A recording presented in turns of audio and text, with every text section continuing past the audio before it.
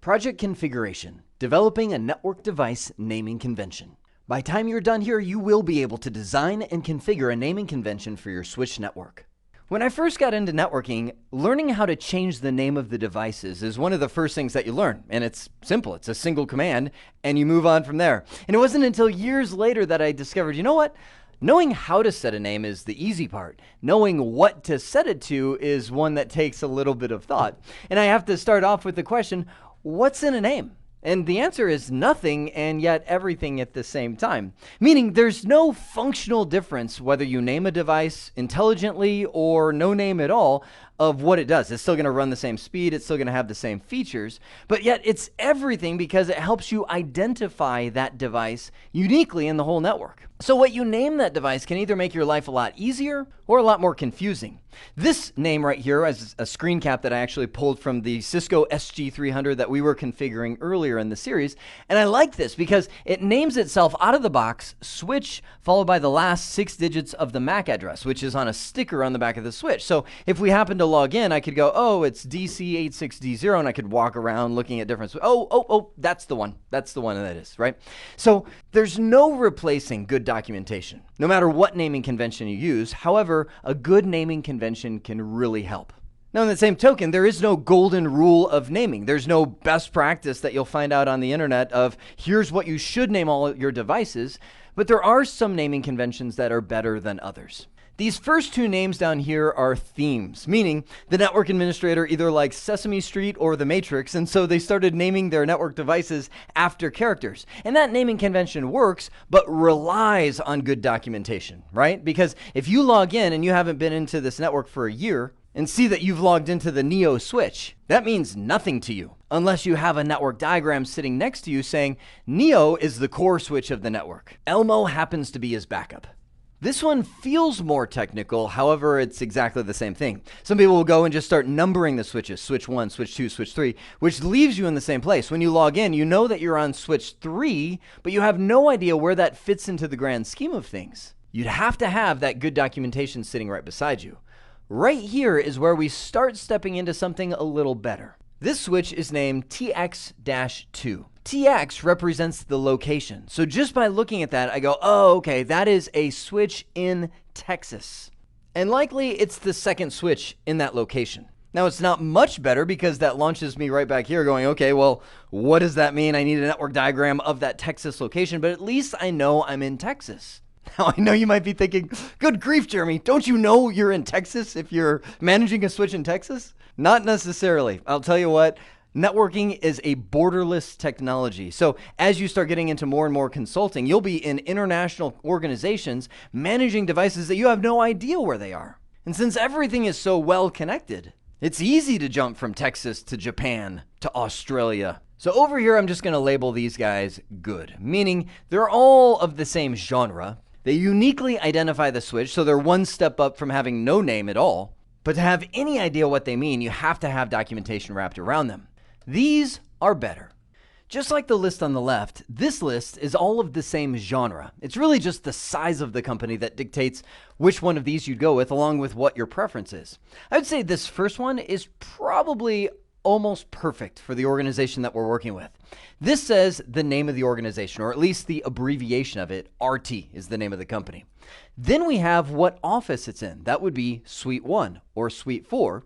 Then we have Switch 1 in that suite, Switch 2 in that suite, so that we're able to differentiate at least the location of the building that we're in. If you take this, combine it with some good documentation, as well as a sticker on the front of the switch, you are home free. This would be well if this is your own organization and you're not really managing other organizations. This one is the same style thing, it's just you've started a coding system for your organizations. So for instance, maybe 1001 is the first customer that you have. And that might line up to a spreadsheet somewhere that lines up to their invoice numbers, et cetera, et cetera, et cetera. You see how these things can tie together. Then right here is Building 1 and Switch 5. So really the only difference between these two is this one organization or do you have a coding system for multiple organizations? This might be a large organization. Here's how this might read. This switch is in North America, Phoenix, Arizona, site number 1. On that campus, it's Building 2, Floor 5, Closet 1, Rack 5 of that closet.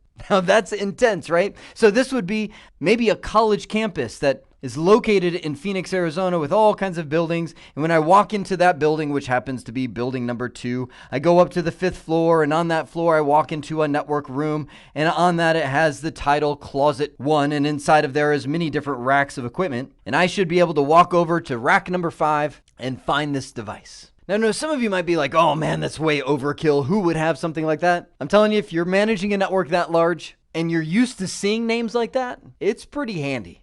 The key is, are you able to follow the code? This last style integrates a little bit of functionality into the name. Let me clear all this off.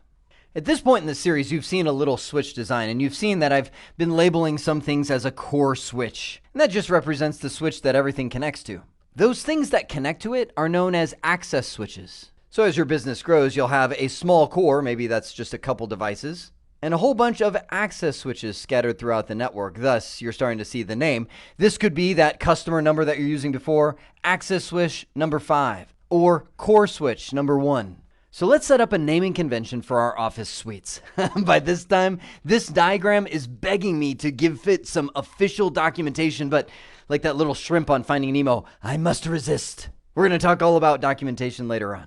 For now, I'm going to go with the naming convention that was that first one of the better column on the previous slide. So this switch will become RT-ST4 for suite number 4 -S1 because it'll be the first one in that suite.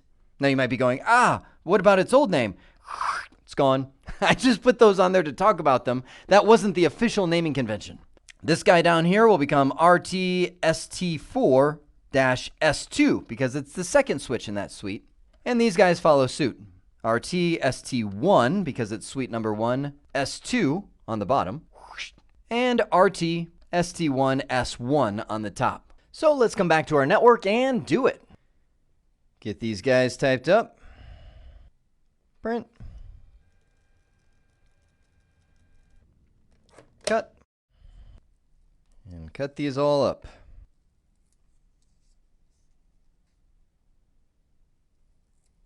Good.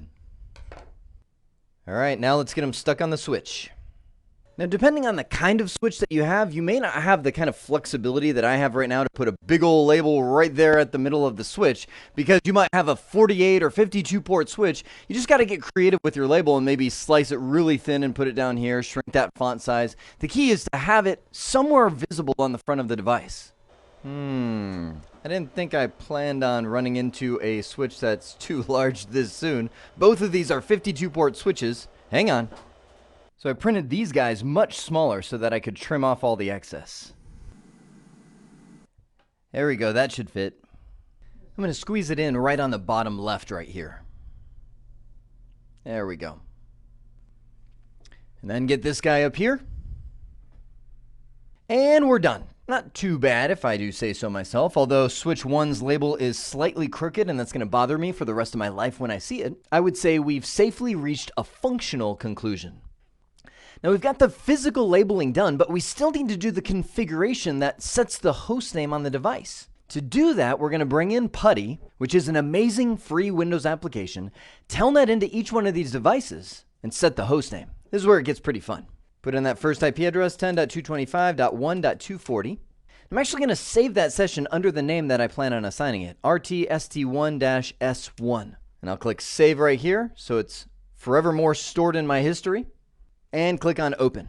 It's asking for my username. I'll type in Cisco and the password I've given it. And I'm now sitting here on switch OD5411 in privilege mode. I'm going to move to global configuration mode, configure terminal, and type in hostname RT-ST1-S1. Enter. Oh, good grief. Hit the up arrow. Enter. There we go. And I can see the prompt is now changed RT-ST1-S1 at every single prompt on this switch. Now I'm going to save that configuration. Copy running config, startup config. And yes, save it. And repeat that same exact process for all 4 of the switches in this network.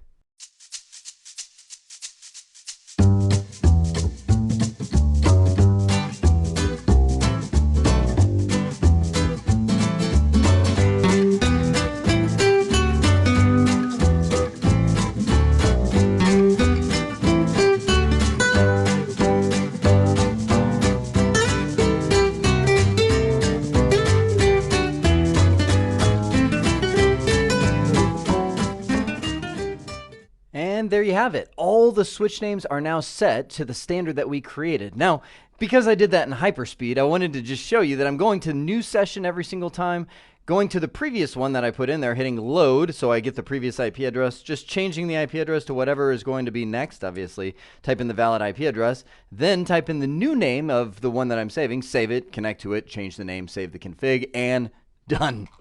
Now, I said at the beginning of this nugget that you will be able to design and configure a naming convention for your switch network. So the hands-on exercise aligns with that exactly. Develop and implement a naming convention for your switch infrastructure. Let me encourage you, don't get lazy. It's easy to just say, switch 1, switch 2, switch 3, switch 4. That sounds good to me. No. Really think it through. Add it to your network diagram. That's what we've been building this entire time. This is going to transform into some official documentation in just a moment. And that, my friends, is developing a network device naming convention. I hope this has been informative for you, and I'd like to thank you for viewing.